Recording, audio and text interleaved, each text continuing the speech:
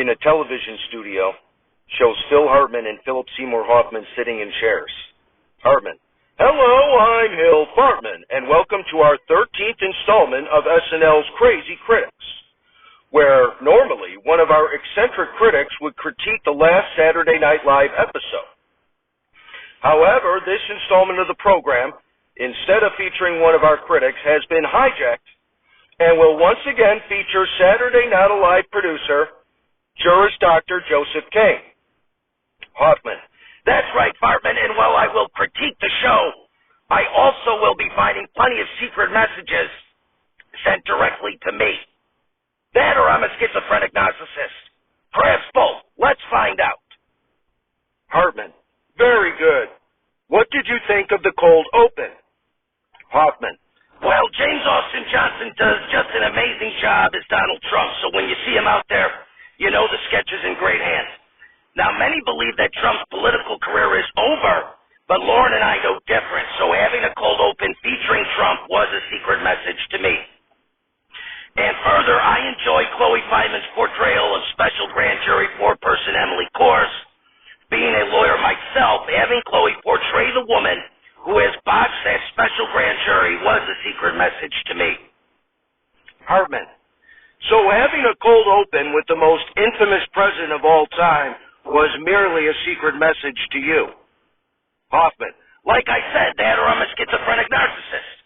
But I think it's the former here, okay? Trump is plus 400 to win the 24 election, and Lauren and I know good odds when we see them. So having a Trump sketch was a secret message to me. Hartman: Very well. What did you think of Woody Harrelson's cold open? Hoffman: Well, first of all, Woody joined the Five Timers Club, that being people who have hosted SNL 5 or more times. Here at Saturday Night Live, we have a Two-Timers Club, which includes Kobe Bryant, George Carlin, Martin Luther King Jr., and Abraham Lincoln. So SNL having a Five-Timers Club is in homage to our Two-Timers Club and was therefore a secret message to me. Hartman: SNL's Five Timers Club predates your Two Timers Club by decades. Hoffman: Details, Fartman, details. Okay, anyway, on a lark, I happened to rewatch the movie Kingpin a couple of weeks ago and talk about a trifecta for the Farley brothers when they put out Dumb and Dumber, Kingpin, and there's something about Mary 3 in a row, all classics. And of course, Woody is fantastic and Kingpin is Roy Munson. Anyway, Lauren must have caught wind that I recently rewatched the film and therefore booked Woody Harrelson as his host as a secret message to me. Hartman: Okay, besides your claims of secret messages, what did you think of the monologue itself? Hoffman: Well, I thought it was great. Okay, Woody said he wasn't red or blue, but instead purple, not unlike myself. And I especially liked once he got to the punchline of the script he was reading after the last time he hosted SNL about drug cartels buying up the media and politicians and forcing people to stay inside until they took the cartel's drugs.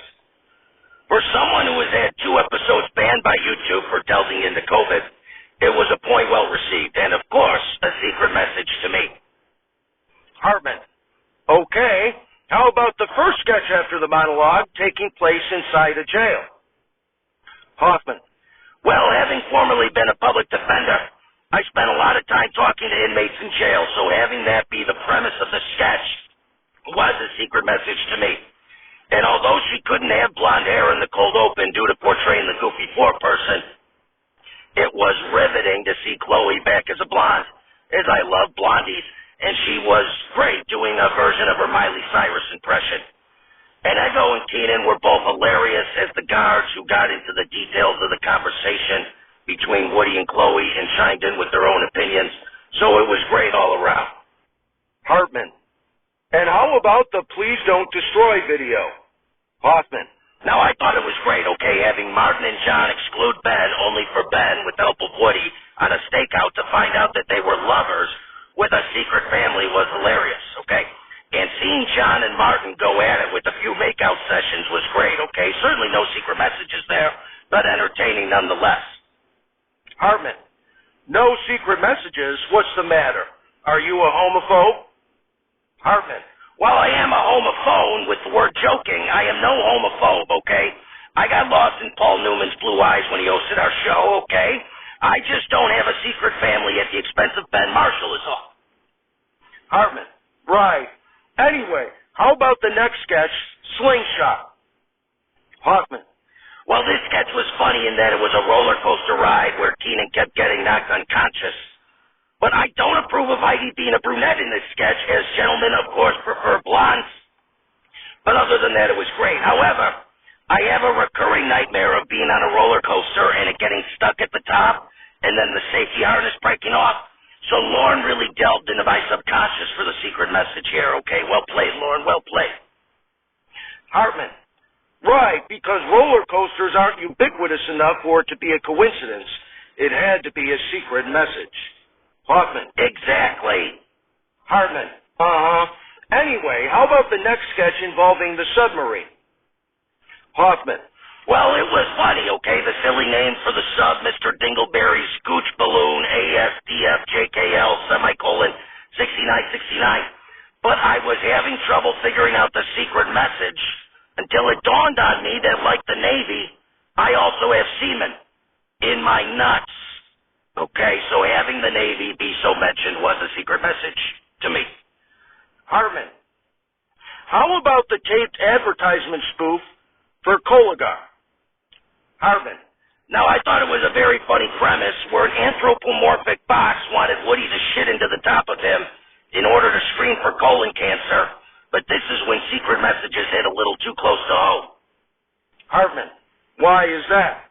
Hoffman. Why is that? Well, as you know, the narrator of this program is my alter ego and co-producer, the mild-mannered attorney, Tom Murphy. Hartman. Uh-huh. Hoffman. And in this commercial, they had the little box that wanted Woody to shit into him go by the name Thomas. So that, unfortunately, was a secret message to me. Hartman.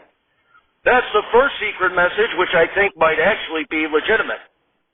What did you think of Jack White's performance? Hoffman. Now, I love Jack White. Dun, dun, dun, dun, dun, dun, dun, dun, dun, dun, dun, dun, dun. Okay, and he did great. But he also joined the Five Timers Club. Of course, our program also has musicians in the Two Timers Club, including Michael Jackson, Elvis, Jerry Garcia and the Dead Ones, Tupac, Notorious B.I.G., Etta James, Bing Crosby, Jefferson Airplane, Charlie Watts, Kurt Cobain, Prince, Whitney Houston, Chester Bennington, Syd Barrett and Richard Wright, Jimi Hendrix, Freddie Mercury, David Bowie, and John Lennon. So having Jack White join the Five Timers Club when I had such an illustrious Two Timers Club was a secret message to me. Hartman. Okay, and how about Weekend Update? Hoffman. Well, we have a semi-recurring sketch called Weekend Doug Update, so SNL deciding to run a weekend update on its program last night can only be interpreted as a secret message to me. And I'd be remiss if I didn't mention that they concluded Weekend Update with a tribute to production designer Eugene Lee, who passed away at 83, so rest in peace to Mr. Lee, okay? I'd hire him here, except for the whole audio-only issue. Anyway, Weekend Update was very funny, as it always is. Jay saying, "It's like you always say, Colin, coons ain't safe in Florida," had me spit out my Diet Coke. Okay, and James Austin Johnson did a marvelous Bill Walton impression, okay? Walton was an NBC sports color commentator during my favorite NBA era, during the Chicago Bulls dynasty. Plus, I'm also a bit of a deadhead, so having Johnson expertly portray Walton was a secret message to me. Hartman. How about Miss Garner portraying the mother who incomprehensibly favored her ne'er-do-well son over her daughters? Hoffman.